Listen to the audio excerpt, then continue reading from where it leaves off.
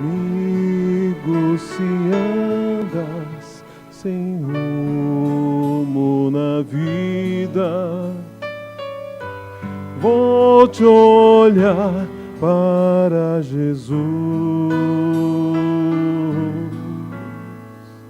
Ele tem a saída, a solução. Ele quer transformar teu viver.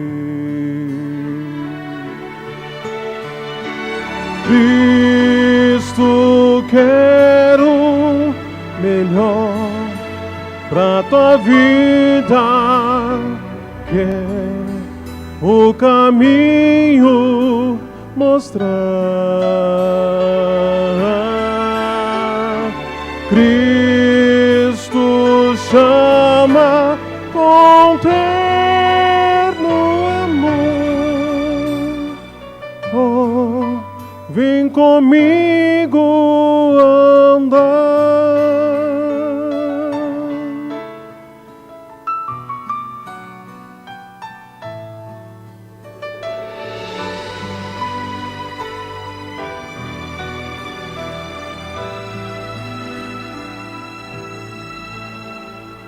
Eu também descobri que Jesus é a saída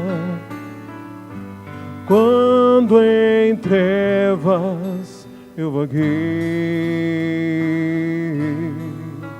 Recebi sua ajuda, pus-me a seguir aos seus passos deixados aqui. Cristo quer o melhor pra tua vida, quer o caminho mostrar.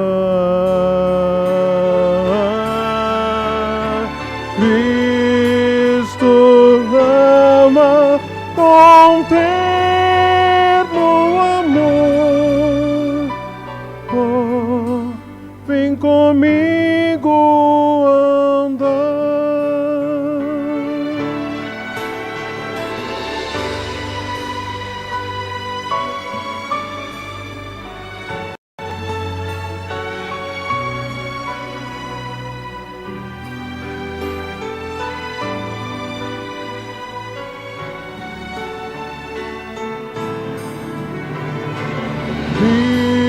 Cristo chama com terno amor.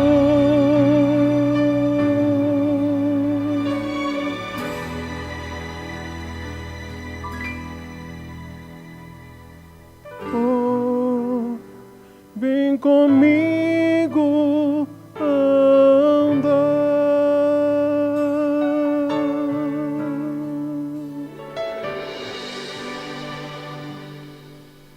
Amém.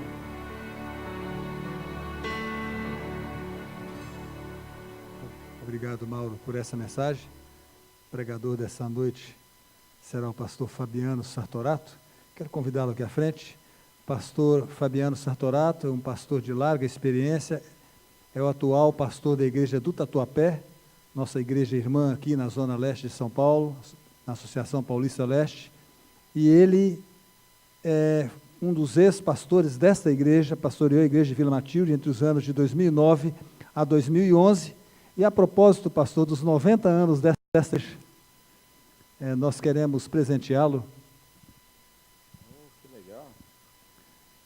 com uma singela homenagem, uma placa, agradecendo o seu ministério profícuo e influenciador aqui nesta igreja de Vila Matilde. Posso dizer que ouço muito boas referências do seu ministério nessa igreja, da sua família querida, que a gente conhece tão bem, e gostaria, em nome da igreja de Vila Matilde, de agradecer pela sua contribuição a esta igreja de 90 anos, que é uma das igrejas mães da cidade de São Paulo, e que Deus o use nessa noite ao compartilhar a mensagem do céu. Antes, queria fazer uma oração contigo, pedindo a bênção de Deus sobre você, sobre a sua família e o ministério. Querido Pai, aqui está o teu servo, o pastor Fabiano Sartorato, que ao longo de 22 anos tem sido teu ministro por diversos lugares, mas que também foi o pastor desta igreja, e nesta data, neste ano em que a igreja de Vila Matilde completa 90 anos de existência, nós queremos rogar que tu o abençoes, que tu abençoes a sua família, a sua esposa, os seus filhos, e que o Senhor possa acompanhá-lo, permitindo que ele seja um instrumento cada vez mais poderoso em tuas mãos. E nesta noite, que a tua mensagem, que será compartilhada por ele, venha com poder, e que ele, ao fazer, o faça respaldado em Jesus Cristo. Em nome de Jesus, amém. Obrigado, pastor Judson. Mais uma vez aqui, pelo privilégio de estar pregando na Igreja Vila Matilde. É difícil a gente conseguir uma data, quando você trabalha num distrito próximo, né? Parece ser mais fácil, mas é difícil, porque tem muitos compromissos, muitos afazeres, mas eles insistiram e eu não tive como dizer não, né? Obrigado pelo convite, alegria sempre nossa estar aqui. A Mônica está estudando, minha esposa, né? Está fazendo mestrado agora, em fisioterapia, então ela tinha alguns trabalhos para fazer, para entregar amanhã. Ela trouxe aqui minhas desculpas por ela, que ela não gostaria muito de estar aqui, mas não pôde, né? E os filhos estão aí. O Aleph já está namorando, já está lá na igreja da namorada hoje, no Tucuruvi, e o Gabriel ficou com ela. O Gabriel está com 10 anos. Mas fica aqui o nosso carinho, nosso abraço para todos vocês, igreja muito querida. Nas férias a gente sempre passa por aqui, viu, pastor? Quando você está de férias, eu venho aqui dar uma ciscada aqui na sua área. O pastor Júlio também nos ajudou lá, não sei se ano passado ou anterior, fazendo uma semana de oração para os jovens na igreja do Belém. Foi muito abençoado. Tem essa dívida de gratidão contigo, viu? Experimente amar. O pastor me passou um link do livro Como Jesus Tratava as Pessoas, pastor Morris Venden. Ali ele estuda como Jesus cuidava das pessoas de uma maneira muito clara. Esse livro é épico, ele marcou a história do adventismo no Brasil. Uma pessoa que pregou muito o seu conteúdo, não foi o pastor escritor, mas foi o pastor Bullion, Alejandro Bullion. Ele tirou gemas desse livro e conseguiu fazer com que a gente pudesse entender Jesus como um ser humano vivendo na Terra, 100% humano e 100% divino. Foi muito bom. E eu vou pegar uma história do amor de Deus por uma pessoa. Não está retratado ali no livro do pastor Morris Venden, mas ele, retratado na Bíblia, nos mostra como Deus ama e como Ele trata as pessoas, especialmente as pessoas difíceis, como eu e talvez até como você também. Deus cuida da gente, Deus nos ama. Experimente amar como Jesus fez.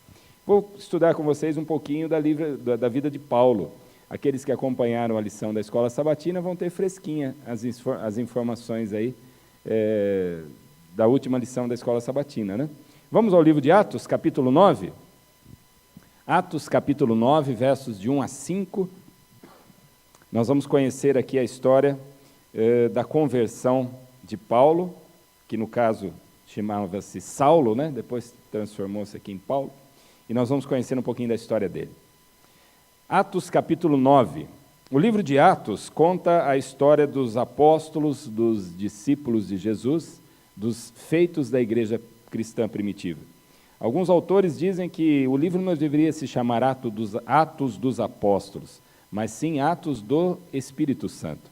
Na verdade, é um relato de coisas que Deus, através da atuação do Espírito Santo, fez por sua igreja e por indivíduos. Aqui no capítulo 9, nós vemos o relato do autor, Lucas, falando sobre como foi a conversão de Saulo. E é bonito. Vamos ler. Saulo, respirando ainda ameaças e morte contra os discípulos do Senhor, dirigiu-se ao sumo sacerdote e lhe pediu cartas para as sinagogas de Damasco, a fim de que, caso achasse alguns que eram do caminho, assim homens como mulheres, os presos para Jerusalém. Seguindo ele estrada fora, ao aproximar-se de Damasco, subitamente uma luz do céu brilhou ao seu redor.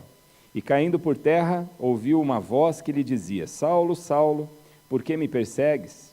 E ele perguntou: Quem és tu, Senhor? E a resposta foi: Eu sou Jesus, a quem tu persegues. Mas levanta-te e entra na cidade, onde te dirão o que te convém fazer. Os seus companheiros de viagem pararam emudecidos, ouvindo a voz, não vendo contudo ninguém. Então se levantou Saulo da terra e, abrindo os olhos, nada podia ver. E, guiando-o pela mão, levaram-no para Damasco. Esteve 3 dias sem ver, durante os quais nada comeu e nada bebeu. Paulo era um homem muito fiel à sua religião. Ele era um judeu, que nós chamaríamos hoje de um judeu ortodoxo. Um homem que estudou muito a Bíblia. Segundo o que entendemos, para um homem fazer parte do Sinédrio, ser um líder no Sinédrio, ele tinha que conhecer, no mínimo, decor, os 5 primeiros livros da Bíblia, conhecidos como Pentateuco, os 5 livros da Bíblia, no mínimo. Mas para ser realmente um dos grandes do Sinédrio, todos os livros até ali, então, catalogados, que hoje conhecemos como Velho Testamento, ele tinha que conhecer, possivelmente decor e salteado. Eu conheço algumas pessoas que decoram a Bíblia ainda hoje. Quarta-feira mesmo, lá na igreja do Tatuapé, no último batismo, eu tive a honra de batizar uma pessoa que durante muitos anos foi um cooperador de uma outra igreja, era um pastor. E depois desse batismo, então, eu fui conhecer um pouco da história dele e achei ela muito intrigante. E esse homem é um exímio leitor da Bíblia. Ele tem cada versículo do Apocalipse decora em sua cabeça, cada um deles. O livro do Apocalipse todinho decora, qualquer um que você perguntar, e boas e muitas partes da Bíblia também decoradas. Paulo devia ser assim, um homem com a Bíblia decor, um homem que conhecia a Bíblia da época, que seria o Velho Testamento, decor. Ele conhecia línguas, ele sabia ler, ele sabia escrever, era também um homem do trabalho, porque ele construía tendas, tinha um temperamento forte, era um homem que ele não estava assim para ser liderado, ele era um líder nato. Era fácil você ser liderado por ele, se você permitisse. Algumas informações a mais que existem na Bíblia dizem que, além da sua sinceridade, ele era um missionário judeu. E o próprio texto aqui diz, né, que ele era um homem que ia a outros lugares pregando as ideias do judaísmo. Um pregador cristão, Spurgeon, ele tem uma frase forte já sobre o cristianismo, apesar de estarmos falando ainda de Paulo como um judeu, que ele diz assim, olha, um cristão que não é um missionário, na verdade, ele é um impostor. Forte essa frase. Paulo talvez tivesse esse senso de missão, e ele pensava assim, um judeu que não é um missionário, que não defende as suas ideias, que não prega, que não defende a lei, que não conhece a lei, na verdade, ele não passa de um impostor. Você concorda com essa frase de Spurgeon? Um cristão que não é um missionário não passa de um impostor. É para você pensar um pouquinho. O que é ser missionário? É acreditar naquilo que você lê, naquilo que você vive e pregar isso, expandir esse reino, contar para outros, fazer com que outras pessoas acreditem pela sua vida, pelas suas palavras, pelo seu exemplo, que esse Cristo que você conhece é o Cristo da salvação. Isso é ser um missionário, viver com um senso de missão. Paulo tinha essa missão com o judaísmo, e por isso ele saiu a defender o judaísmo da seita que estava surgindo. Percebam que ele diz ali no verso 2, ele pediu cartas para as sinagogas de Damasco, a fim de que, caso achasse alguns que eram do caminho, a igreja que estava surgindo, os seguidores de Cristo no começo, não eram reconhecidos como cristãos. Esse nome surgiu somente lá em Antioquia, alguns anos depois. Nesse momento em que Paulo está relatando esse fato, Lucas relatando, ele diz que esses que hoje somos chamados de cristãos eram os do caminho. Interessante, né? Então, na verdade, se não fosse pela igreja de Antioquia, nós não seríamos cristãos, nós seríamos caminhoneiros. Não é? Está aqui, ó. Alguns que eram do caminho. Então, sei lá, meu caminhoneiro amigo, pastor Judson, e não meu cristão amigo. Mas a igreja de Antioquia teve uma ideia melhor, né? Então nós somos chamados de cristãos. E nessa época ninguém nem sonhava com caminhão. O Quincas tinha caminhão, não tinha? Aí, ó, já era um cristão caminhoneiro. Outro detalhe, Paulo ele se autoafirma como um homem corajoso. Ele não tinha medo de qualquer coisa, não. Vamos a Atos 26, versos 9 e 10. Nós estamos tentando entender o perfil, com poucas palavras, em meia hora de estudo é muito difícil, o perfil de Paulo, se ele era uma pessoa fácil de ser amada, principalmente por Cristo, né? Ele se diz corajoso. Atos 26, 9 e 10. Olha o que diz o texto ali, ó, 26, 9 e 10. Na verdade, a mim me parecia que muitas coisas devia eu praticar contra o nome de Jesus o Nazareno. E assim procedi em Jerusalém, havendo eu recebido autorização dos principais sacerdotes, encerrei muitos dos santos nas prisões e contra esses dava o meu voto quando os matavam. Veja a sinceridade dele em se expor. Ele está dizendo aqui, eu odiava, eu não gostava dos que levavam o nome de Cristo Nazareno. Eu perseguia eles e dava o meu voto para que esses fossem mortos, e participava também dos açoites. Era um homem corajoso em defender a sua posição judaica. Um homem difícil, um homem complicado de se conversar, e muito menos de alguém tentar convencê-lo, né? Paulo também diz que ele era legalmente ou politicamente correto. Capítulo 26, verso 12. Olha o que ele diz. Com esses intuitos, parti para Damasco, levando autorização dos principais sacerdotes e por eles comissionado.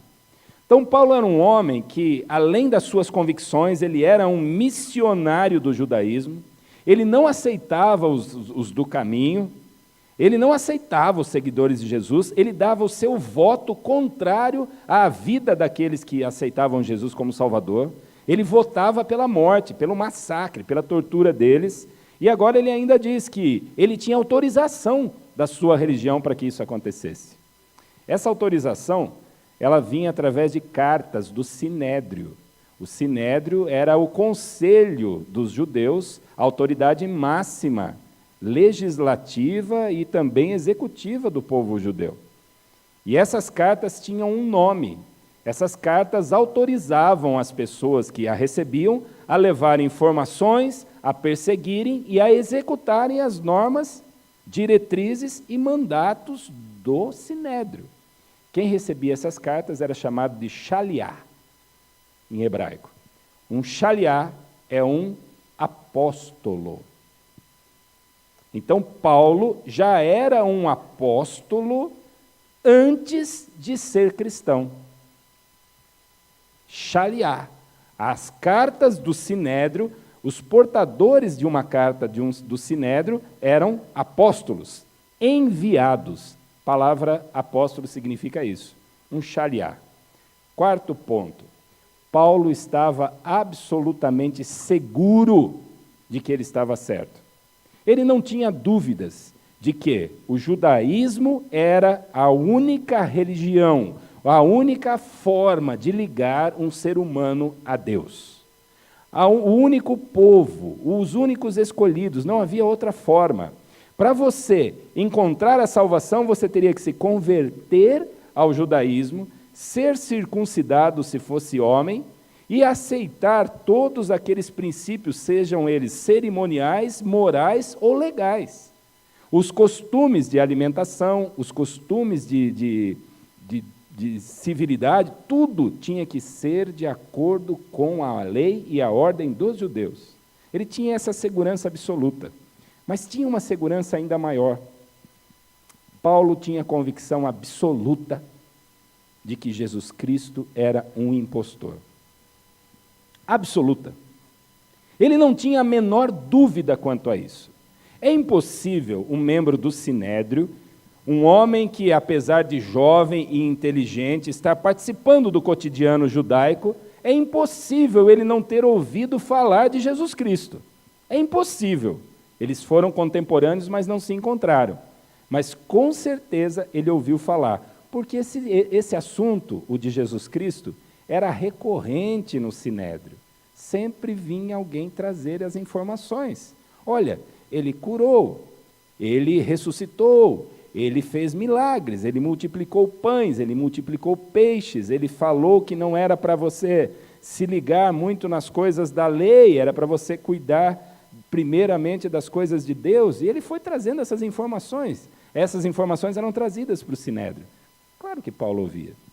E como conhecedor da palavra de Deus, naquela época, o Antigo Testamento, havia um texto que para ele dava a certeza absoluta de que Jesus Cristo era um impostor. Absoluta. Deuteronômio, capítulo 21, verso 23. Olha o que diz esse texto. É uma lei mosaica, é uma lei antiga, uma lei dada por Deus para Moisés, que fala acerca da morte na cruz.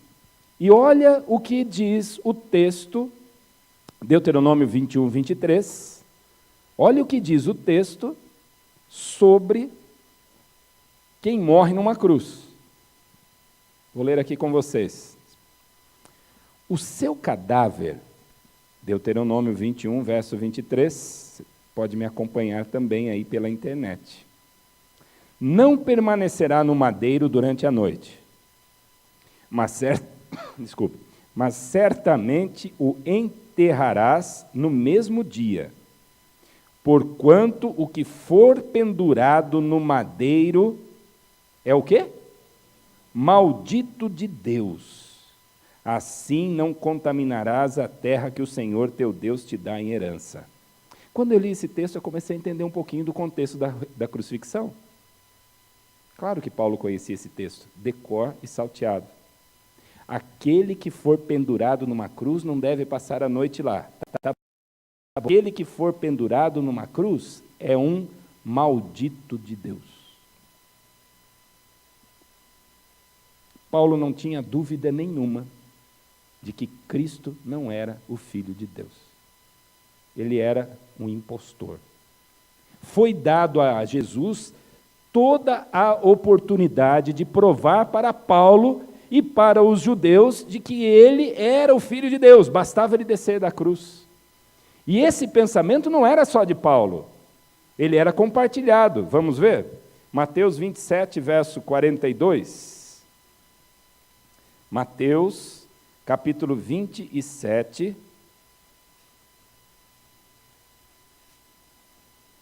verso 42, até o 44.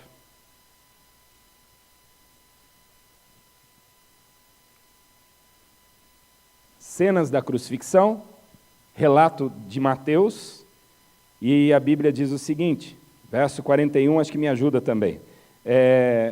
Mateus 27, 41. Olha o que diz ali, ó. De igual modo, os principais sacerdotes com os escribas e anciãos, escarnecendo, diziam, veja, os principais sacerdotes, os escribas e anciãos, membros do Sinédrio, pessoas que conviviam com Paulo, eles escarneciam e diziam, salvou os outros, verso 42, salvou os outros e a si mesmo não pode salvar-se, é rei de Israel, desça da cruz e creremos nele. Confiou em Deus, pois venha livrá-lo agora, se de fato lhe quer bem, porque disse, sou filho de Deus. E os mesmos impropérios lhe diziam também os ladrões que haviam sido crucificados com ele. Olha a cena, os ladrões crucificados com Cristo, os principais sacerdotes, os anciãos, os escribas, homens condenados e homens da lei, homens de bem e homens do mal, todos em uníssono, regidos pelo rei, pelo mentor do mal, pelo próprio Satanás, lembrando de um texto bíblico do Antigo Testamento. Tu não é Deus, você não é Deus, você não é o Filho de Deus, então prova que você não é um maldito de Deus, desce da cruz. Paulo sabia disso. Marcos 15, versos 30 a 32. Marcos 15, versos 30 a 32. Olha o que diz o texto. Vamos comigo no 29 também, desculpa. Verso 29. Marcos 15, verso 29. Agora aqui não dá títulos para ninguém, não são nem os ladrões, nem os escribas, não. Olha quem são. Os que iam passando, blasfemavam dele, meneando a cabeça e dizendo, balançando a cabeça assim, né? Ah, tu que destróis o santuário e em 3 dias o reedificas, salva-te a ti mesmo descendo da cruz. De igual modo, os principais sacerdotes com os escribas, escarnecendo entre si, diziam, salvou os outros e a si mesmo não pode salvar-se. Desça agora da cruz o Cristo, o Rei de Israel, para que vejamos e creiamos. Então aqui há mais uma informação. Os escribas, os sacerdotes, os anciãos, os ladrões e todo mundo que estava ali regidos pelo reitor dessa ideia, o próprio Satanás, instigando a mente humana a dizer, desce daí, se você é o filho de Deus, desce, senão você é um maldito de Deus. Paulo sabia disso. Agora imagine a dureza desse coração. Um homem judeu, um homem letrado, um homem corajoso, um homem difícil de se lidar e convicto com a absoluta certeza de que Cristo é um impostor. Como convencer um homem desse? Você pode estar perguntando, mas será que eles tinham razão? Por que Jesus não desceu da cruz, né? Não seria mais fácil ter descido da cruz? Poxa vida, ele tinha forças para isso. Hollywood já teve algumas ideias, né? Vocês viram? Eu não assisti o filme, mas sei da história, né? O incrível Hulk. Ele não fica ali todo verde, pega uma força tremenda e consegue fazer o que quiser. Se Jesus quisesse, ele poderia, com força muito mais forte do que a do incrível Hulk, tirar aqueles pregos do seu punho, da sua mão, e descer daquela cruz. Ele podia, inclusive, ser curado das suas feridas nas costas, como foi Naamã, curado da lepra. Ele poderia. Por que não? Por que Jesus não desceu da cruz? Tem você essa dúvida também? Se ele ficando lá pendurado no madeiro, foi um decreto de morte e foi agora julgado por todos que estavam ali, que ele era não mais o Filho de Deus, mas era um maldito de Deus, por que ele não desceu na cruz? Deuteronômio capítulo 21, verso 22, dá a resposta. Muitas vezes as convicções humanas absolutas, o coração rude, duro, difícil de lidar, ele está baseado em má interpretação da própria palavra de Deus. Por isso que nós, como adventistas do 7º dia, devemos estudar a palavra de Deus, não com os nossos próprios pensamentos, não com as nossas ideias, para tirar das nossas ideias segurança bíblica. E tem gente que faz muita coisa errada. Eu me lembro uma vez, um senhor, ele vivia muito mal, mas aos olhos dele ele estava bem. Ele tinha mais de uma esposa, e era um cristão. E ele dizia que ele fazia isso porque Salomão fez, porque Davi fez. E ele usava textos bíblicos para perdoar-se a si mesmo, para dar razão aos seus atos.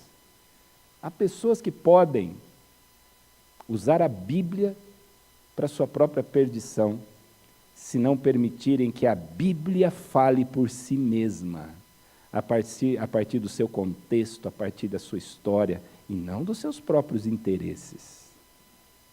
Permita que a Bíblia fale para você a verdade, e não mais que isso. Deuteronômio 21, 22, olha o que diz o texto. O texto que antecede a informação de que aquele que ficasse no madeiro era maldito de Deus. Olha o que diz o texto. Quando também alguém houver pecado, digno de juízo de morte, e for morto, e o pendurares no madeiro.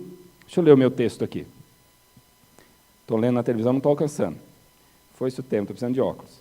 21, verso 22. O texto diz assim: se alguém houver pecado, quando também alguém houver pecado, passível de pena de morte, e tiver sido morto, e o pendurares no madeiro. Por que Jesus não desceu da cruz? Porque ele era inocente, nele não havia pecado. Ele se fez pecado por nós, levou sobre si o peso de toda a humanidade, mas ele nunca pecou, ele era absolutamente inocente. Pronto, está resolvido o problema. Resolvido.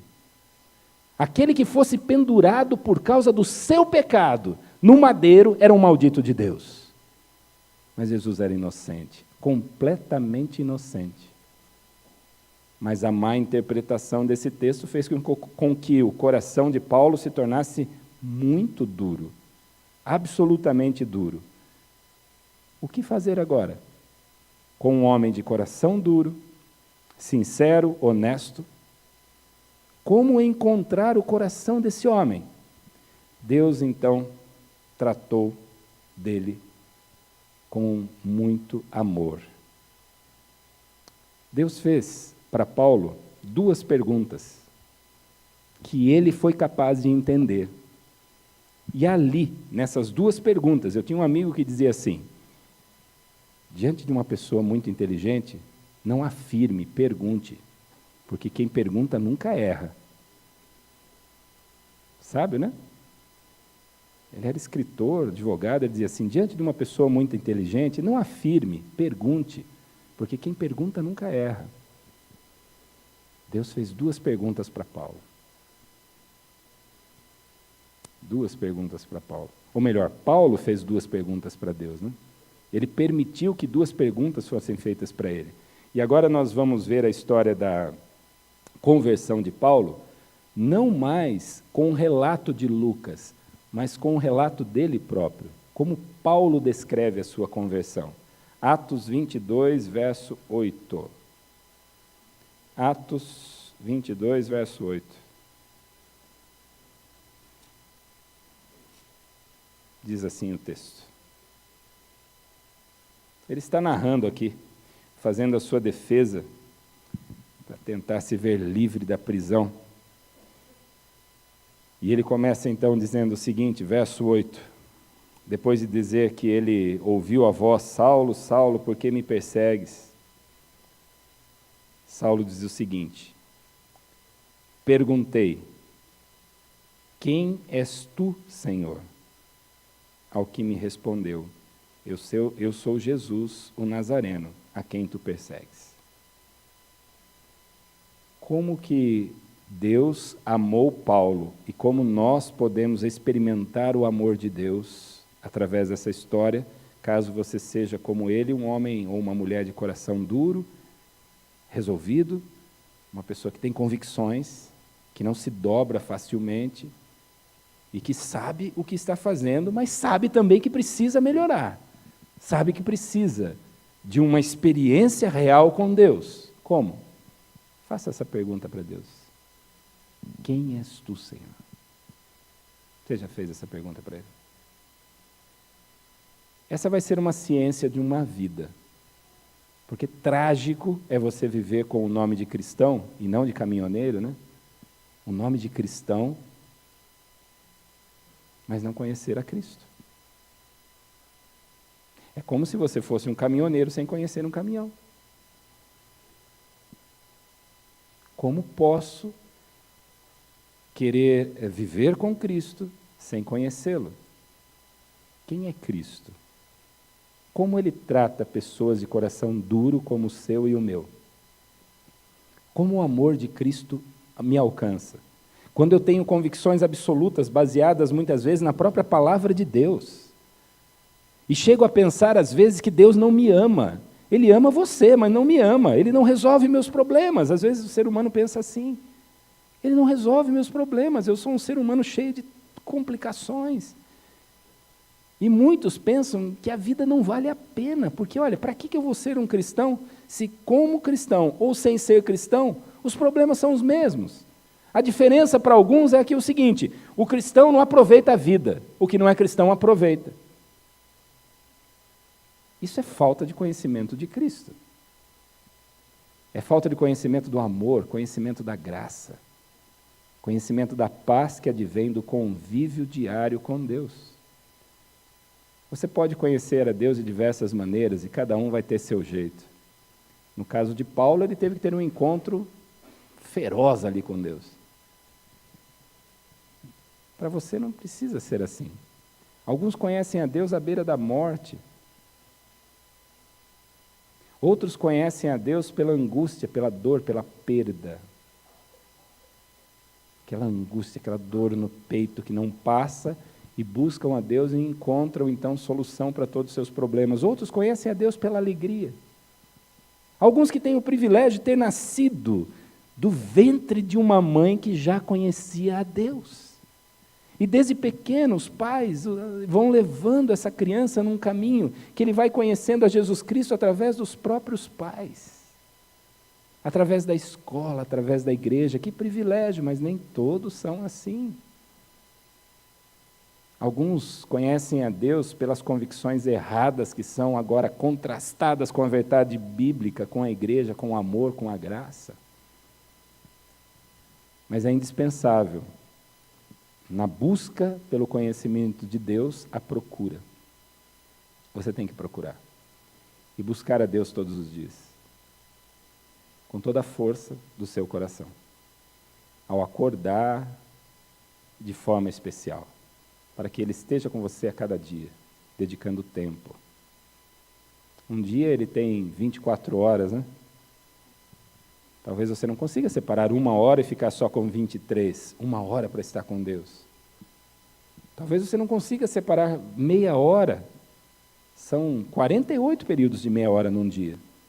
Mas se você fracionar o seu tempo e dar a ele períodos de 15 minutos, você vai ter 96 períodos de 15 minutos num dia. 96. 24 horas, 48 períodos de meia hora, 96 períodos de 15 minutos. Agora responde aí para mim, pensa você. Quantos desses 96 períodos de 15 minutos você passou hoje procurando conhecer a Deus? Talvez esteja aí o nosso grande problema. Temos procurado pouco. Quem és tu, Senhor? Ao conhecermos Deus, ao conhecermos pela palavra, ao conhecermos pela oração, ao conhecermos pela natureza, ao conhecermos pela igreja, ao conhecermos a Deus, nossos traumas, nossos problemas, nossas angústias, eles vão acabando. Eles vão saindo. Assim como aconteceu com Paulo. Paulo, ele teve esse trauma, ele conheceu a Deus. Saulo, Saulo, por que me persegues? Ele disse, Senhor, quem és tu? E ele disse, eu sou Jesus a quem você persegue. Mas aí depois disso ele fez uma segunda pergunta, que na primeira narrativa não está. A maioria do texto bíblico, no capítulo 9, não traz a segunda pergunta. Um ou outro traz, mas entre aspas ali. Capítulo 22, verso 10. Depois de perguntar, quem és tu, Senhor? No verso 10 ele faz a segunda pergunta. Agora na narrativa dele. Então ele está dizendo, olha o que aconteceu comigo. Eu perguntei, quem és tu? Ele disse, eu sou Jesus. Deve ter acontecido um redemoinho na cabeça dele. Nossa, quem eu persigo? É quem eu não acredito, é quem para mim é um impostor. Como é que e agora? O que eu faço? Mas ele fez logo a segunda pergunta. Verso 10, 22, 10. Atos 22, verso 10. Então perguntei, que farei, Senhor? E o Senhor disse-me, levante-te, ou levanta-te, vai a Damasco, e ali se te dirá tudo o que te é ordenado fazer. 2 perguntas. para mudar um paradigma e experimentar o amor de Deus, para entender como Deus ama pessoas difíceis, ou pessoas complicadas, ou pessoas cultas, como era Paulo. Primeira, quem és tu, Senhor? E a segunda, o que queres que eu faça?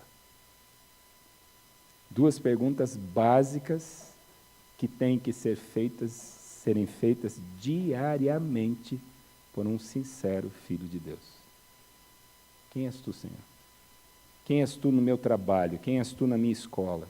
Quem és tu no meu relacionamento? Quem és tu na minha igreja? Quem és tu no trânsito? Quem és tu quando eu me alimento? E o que queres que eu faça? Qual é a minha missão? Qual o propósito da minha vida?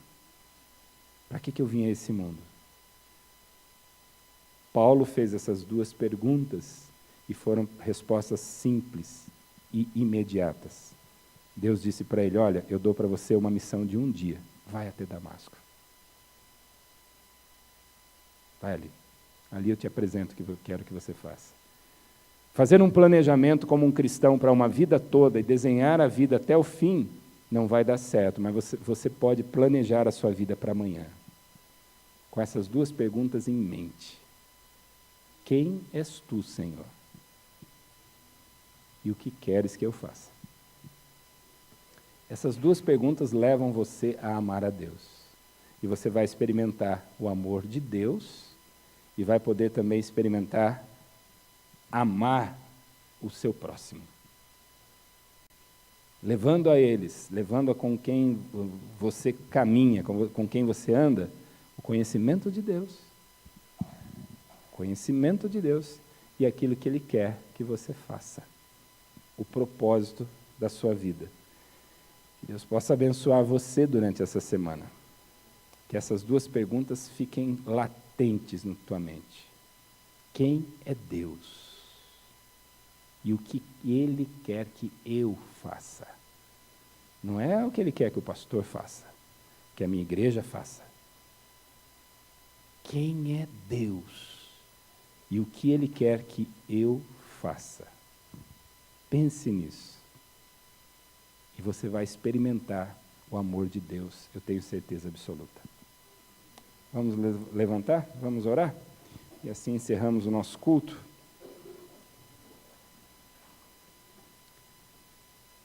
Oremos. Senhor Deus, por mais que tenhamos aqui pessoas experientes, que têm vivido a fé em Cristo há muitos e muitos anos, eu tenho certeza que a pergunta, quem é Deus, ela precisa ainda ser resolvida, respondida diariamente, por cada um dos que aqui estão. Senhor, por isso nós queremos sair dessa semana e pensar nisso. Quem Tu és? Quem Tu és na nossa vida? Quem é Deus nessa cidade? Quem é Deus em nossa igreja? Quem é Deus no universo? Quem Tu és? Ajuda-nos, Senhor, a experimentarmos o Teu amor, a Tua graça. Queremos experimentar, amar ao nosso próximo com essa convicção de que entendemos, que compreendemos quem Tu és. E a partir dessa primeira resposta, que possamos então caminhar para a segunda e ter convicção de qual é o propósito que o Senhor tem para a nossa vida aqui nessa terra, nessa cidade, nesse bairro onde nós vivemos. Senhor, mostra-nos essa semana o que queres que nós façamos. Mostra, por favor. Mostra-nos as palavras, os livros que devemos ler, as músicas que devemos ouvir ou não ouvir, os pensamentos que devemos ter ou que não devemos ter. Senhor Deus, mostra-nos o que devemos fazer, mostra o que devemos acessar na internet e o que não devemos. Mostra o que devemos falar dos nossos amigos e dos nossos inimigos e o que não devemos falar. Que a nossa mente esteja sintonizada à Tua. Amanhã, que seja um dia diferente, ao acordarmos, tenhamos pelo menos os primeiros 15 minutos, meia hora, 1 hora de comunhão contigo. Possamos conhecê-lo e ter bem claro em nossa mente quem és tu. E mais claro ainda, o que queres que nós façamos. Por favor, Senhor, se há alguém aqui em busca dessas respostas e se encontra confuso diante de tanta informação, fala de maneira simples ao nosso coração, com a graça do teu amor. Simplesmente, Senhor, nos ame. Permita-nos entender o teu amor. Permita-nos multiplicar esse teu amor, essa tua graça. Espalharmos esse teu conhecimento para aqueles que ainda não te conhecem, não sabem quem tu és. E dá-nos a alegria de fazermos tudo de acordo com a tua vontade, para a honra e glória do teu nome. É o que nós te pedimos, em nome de Jesus. Amém. Deus abençoe a todos. Obrigado mais uma vez, pastor Júlio, sua igreja, Eliezer também que me convidou. Que Deus possa abençoar muito a nossa igreja.